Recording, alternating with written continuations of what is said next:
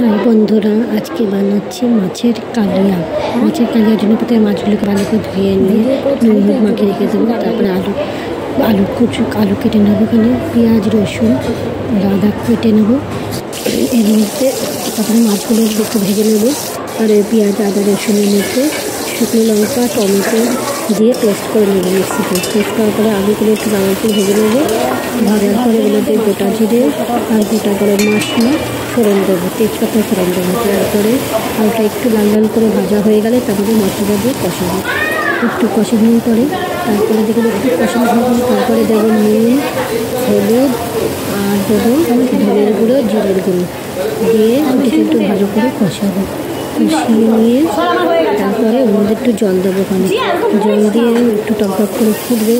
ফোটার পরে ওর মধ্যে আমি মাছ দিয়ে দেবো, ওখানে মাছ দিয়ে এবার ঢাকা দিয়ে দেবো। যে দেখো মাছ দিয়ে দিয়েছি, মাছ দেওয়ার পরে আমি ঢাকা দিয়ে দেবো। ওখানে ঢাকা দিয়ে একটু ফোটার পরে তারপরে ওর মধ্যে একটু গরম মশলার গুঁড়ো দিয়ে দেবো, দিয়ে তারপরে এটা নামাবো। এটা খেতে তোমরা অনুষ্ঠান বাড়ির মতনই খেতে লাগবে। তোমরা একবার বানিয়ে করে খেয়ে দেখো আর সাবস্ক্রাইব করো। হাই বন্ধুরা, বাই।